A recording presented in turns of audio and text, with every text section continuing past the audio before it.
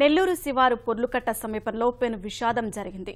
ఓ బాణసంచా తయారీ కేంద్రంలో భారీ పేలుడు సంభవించింది. ఈ ప్రమాదంలో ముగ్గురు అక్కడికక్కడే మృత్యువాత పడ్డారు.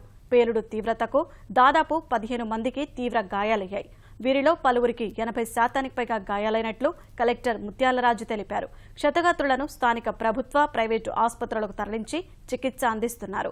పేలుడు గల కారణాలపై ఘటనా స్థలిలో సహాయక చర్యలను పర్యవేక్షిస్తున్న కలెక్టర్ బాణసంచా తయారీ కేంద్రానికి అనుమతులు లేవని అన్నారు. ఘటనపై విచారణకు ఆదేశించినట్లు తెలిపారు. పేలుడు ఘటనపై ముఖ్యమంత్రి చంద్రబాబు దిగ్భ్రాంతి వ్యక్తం చేశారు. క్షతగాత్రులకు మెరుగైన వైద్య చికిత్స అందించాలని అధికారులను ఆదేశించారు. హోంమంత్రి చినరాజప్ప, మంత్రులు నారాయణ, సిద్ధ కలెక్టర్తో మాట్లాడారు.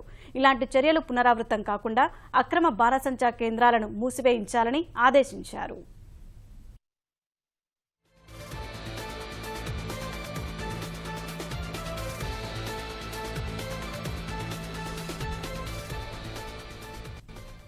నెల్లూరు శివారు పొర్లుకట్ట సమీపంలో పెను విషాదం జరిగింది. ఓ బాణసంచా తయారీ కేంద్రంలో భారీ పేలుడు సంభవించింది. ఈ ప్రమాదంలో ముగ్గురు అక్కడికక్కడే మృత్యువాత పడ్డారు. పేలుడు తీవ్రతకు దాదాపు 15 మందికి తీవ్ర గాయాలయ్యాయి.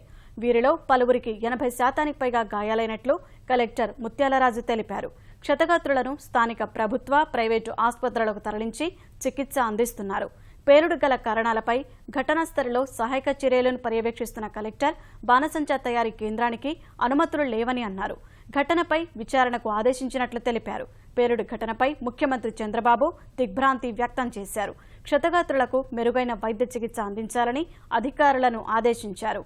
హోంమంత్రి చినరాజప్ప, మంత్రులు నారాయణ, సిద్ధ కలెక్టర్తో మాట్లాడారు. ఇలాంటి చర్యలు పునరావృతం కాకుండా అక్రమ బాణసంచా కేంద్రాలను మూసివేయించాలని ఆదేశించారు.